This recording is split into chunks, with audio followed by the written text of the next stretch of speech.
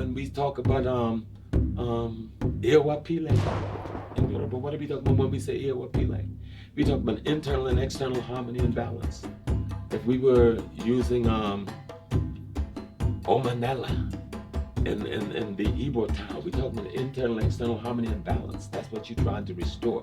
That's what your philosophy should help you bring about, both in your character and the family character, then the community character. That's what you're trying to do. And that means to seek harmony with nature and cosmology as well as humans and in your ecology. That's what the African thing is about. It's not about no crazy. You know, we've got medical books written in ancient Kemet where they're doing brain surgery, we're doing obstetrics, where they're doing other kind, abdominal medicine, books written back then by black folks. So we're not new to science and technology. When we left Africa to come to the Western Hemisphere as enslaved, captured people, because we never agreed to slavery. We weren't a part of making any laws that said if you captured me, I'm a slave. Right. So I was never a slave. My ancestors was never a slave. That's in the mind of some other crook who stole me, who captured me, who stole my labor, who stole my wealth.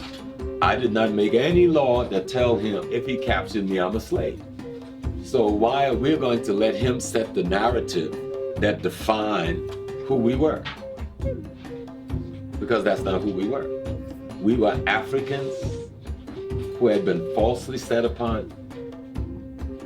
What happened to us was what they call human trafficking today. It was a criminal offense then. Under universal principles and law, it is a criminal offense now. But we're letting somebody rewrite history by claiming he could make a law that can govern me, and I had nothing to do with making the law. That's not the way the world works. At least not the African world. And so if you go back to the African ancient books, you will find every story in the Bible. And then you will find further along in that same story, using some of the same characters at a different time in history, you'll find the Cain and Abel story where the envious, jealous brother Cain would kill out of envy his brother Abel.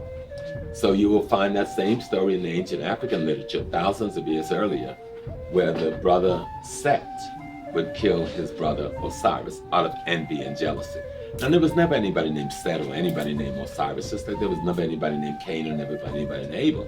It is a story about envy and jealousy at any time in the consciousness of humanity demonstrating itself and manifesting itself, right? And so those are just a few of the things. You can go further and you can see stories like the Immaculate Conception. You know, matter of fact, the Ethiopian New Year, which is celebrated on the 11th of September, is all about the Immaculate Conception. But nobody really, even many Ethiopians no longer know what their holiday is really about. Okay?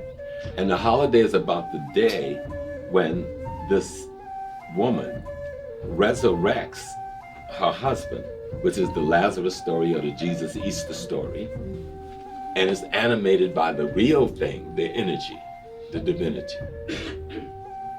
When this body, when this group of elements have spent itself, depleted itself, and broken down, what happens to the energy that is you?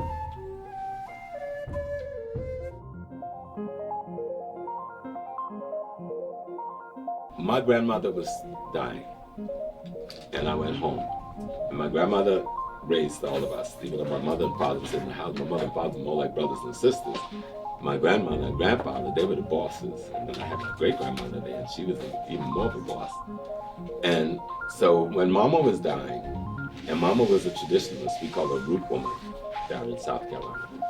And so my mother called and said, if you want to see her, you need to come home quickly. So I jumped on a plane and I flew to South Carolina. And I got to her bedside. And she asked everybody to leave the room. So I said, oh Lord, what's going on now? And she told me, she said, James, she used to call me James. Because in a certain African language, you can't, the word J don't exist, so you don't pronounce it. So her J was a G. And she said, James, I want to go home. I said, well, Ma, you don't have to stay here. I thought she wanted to go back home to the house, you know.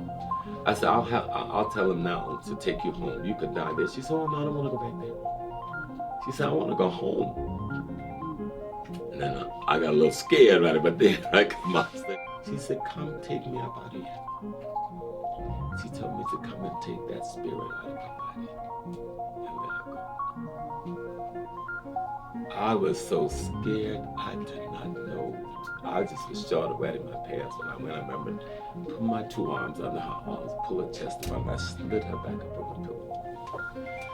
And she took a deep breath. And she was calm. She said, you could tell the others to come in now. And I did.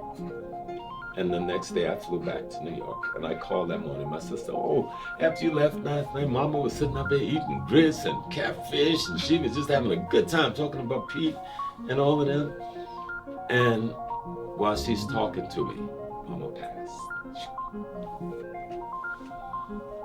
We give that, sometimes we call it the ghost. That energy finds another being to reside in until it gets this new body. Or it could reside in your ecology because it's energy. You go back and merge with the greater force of energy in the total universe. But if you don't complete your journey because you're down here fooling around with all the negative and sliding and dodging, then you got to come back and repeat the process over until your time is done. The whites took from that the concept called purgatory. If you study your history, it'll make the rest of the world so simple. It just make it all so simple. You know.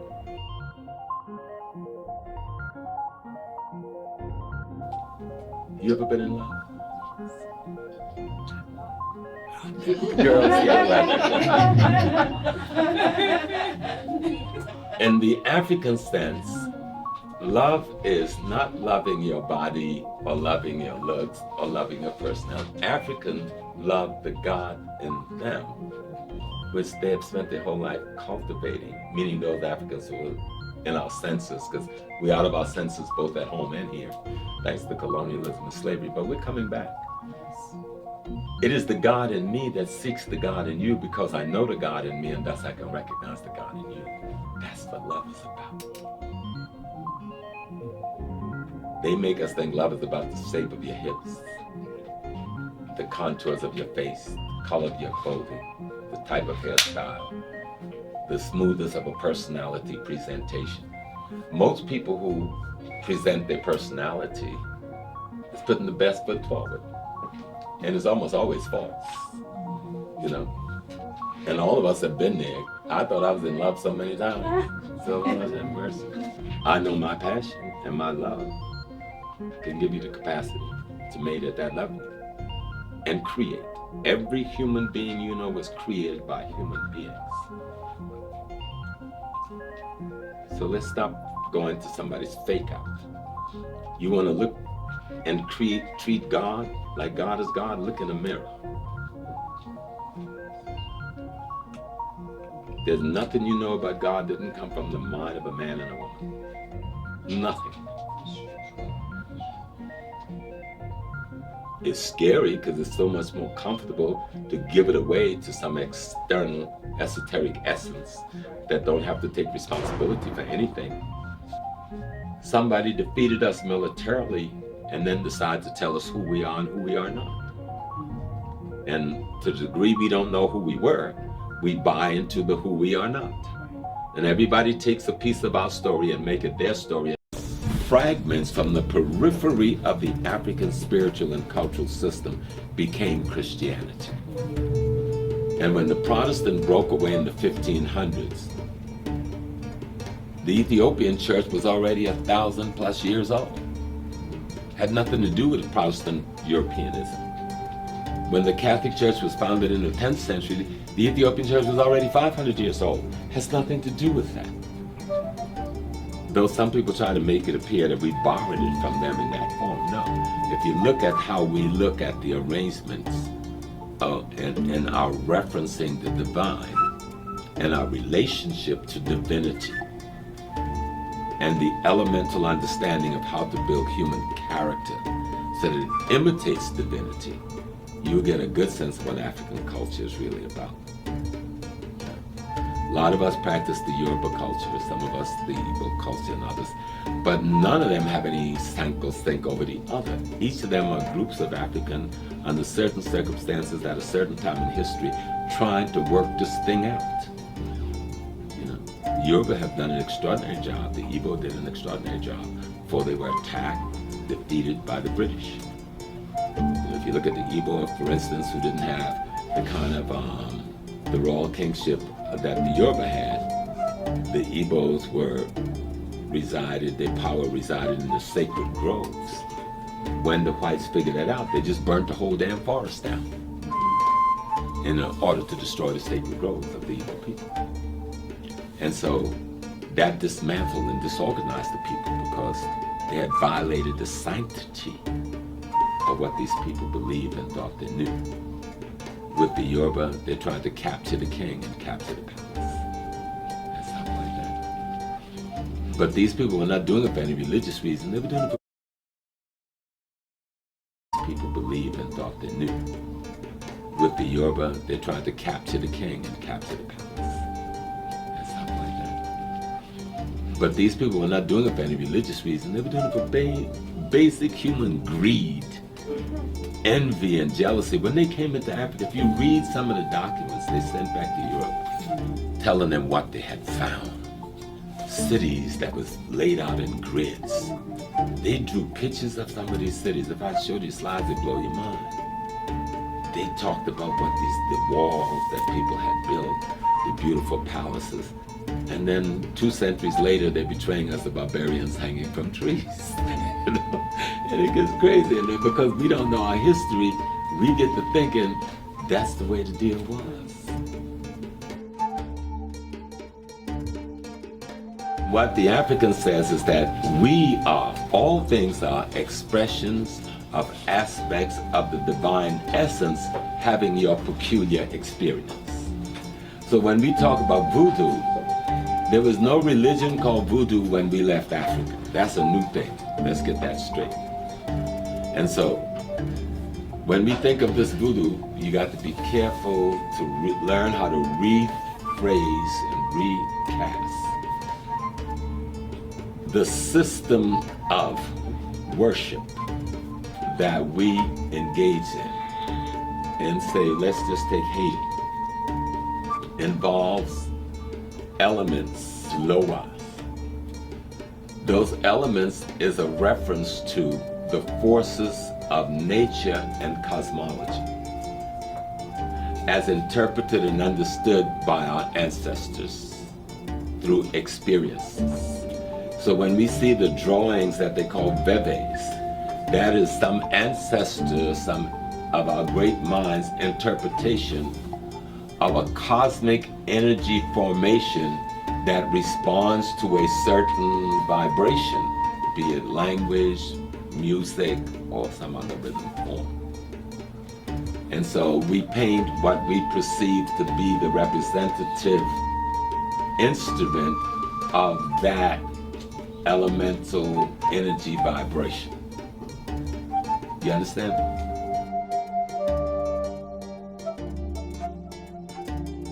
We have something we call orishas.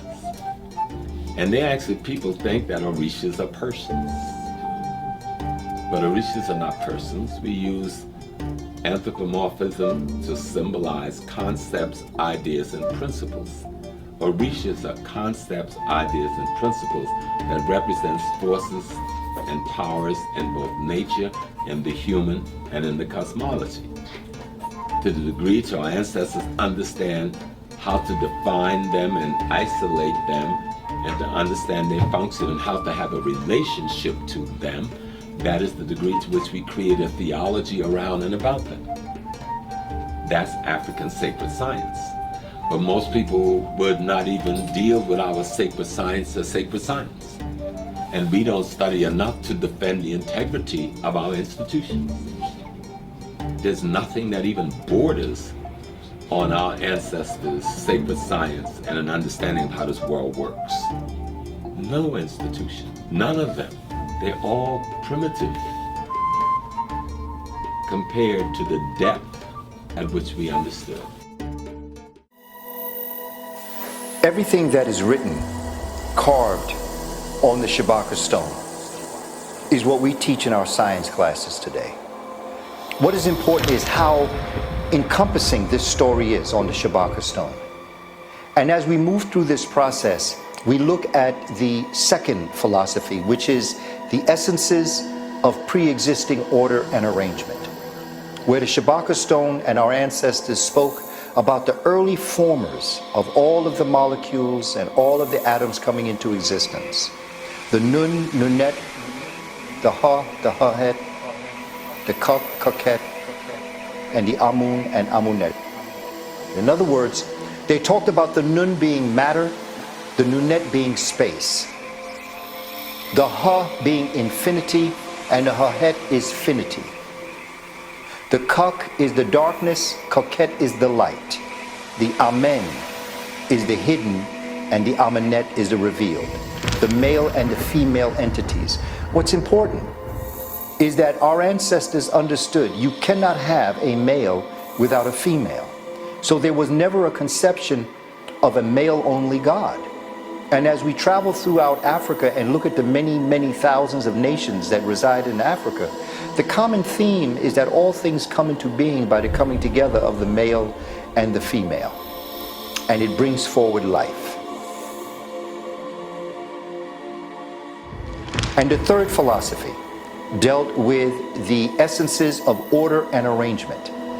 Shu and Tefnut. Shu is the male and it is air. Tefnut is female and moisture. Air and moisture. This is science. And it's very important that we don't get in so deep inside of a theology or a religion that we don't see the sacred science behind this story. Shu and Tefnut give birth to Nut and to Geb. Nut is female. Nut is the sky. Geb is male and Geb is the earth. So their perception of life did not come from a mother earth. It came from a father earth and a mother sky, because that is where light and heat energy comes from, that comes down to our planet and creates the organic life.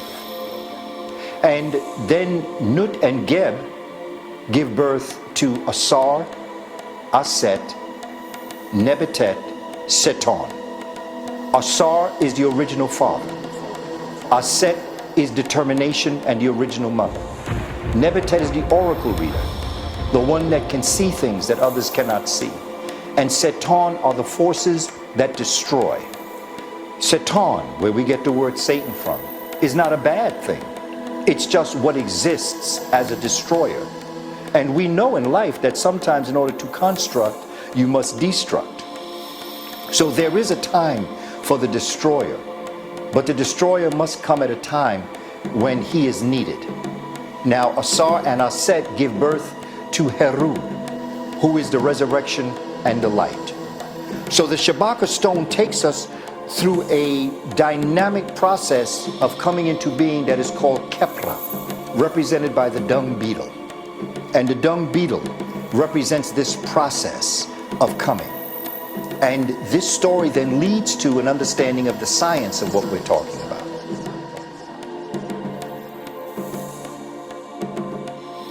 The Sphinx was the face of a black woman. The Sphinx is not a man. It's the face of a woman and the body of a lioness, because they believe that the year that it was born, created 10,000 years ago, before the pyramids. In fact, the pyramids were built there to complement the Sphinx that had been there for generations, if not millennia. It was built during the cusp of the constellations of Leo and Virgo. So Virgo was the woman's head and Leo was the body of the lion or the lioness. And so we know that the pyramids were astronomically inclined. We know that one of the functions was to trace the constellations. We know that the 3 pyramids that exist right now actually are in direct relationship to the 3 stars in Orion's belt. They perfectly match up. So we know that it was done for astronomical reasons. We know that every entrance to those 3 pyramids, Khufu, Khafra, Menkaure, father, son, grandson, are all on the north side of the pyramid. And when you go into the gallery that look up, if you had a telescope, all three of those northern entrances aimed directly at the North Star, which became the way in which they could track the constellations in the heavens.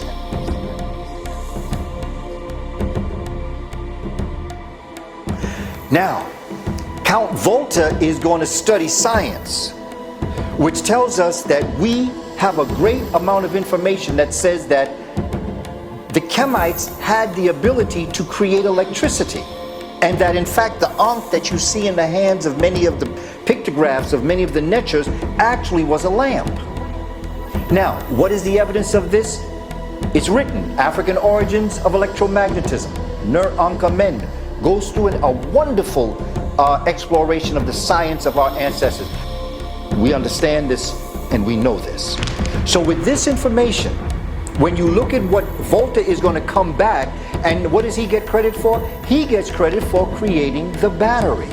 And the battery was the Jed column that the Ankh was put on that recharged the light in the Ankh. The Jed column was the actual recharger for the Ankh itself as light. He comes back and gets credit for inventing the battery.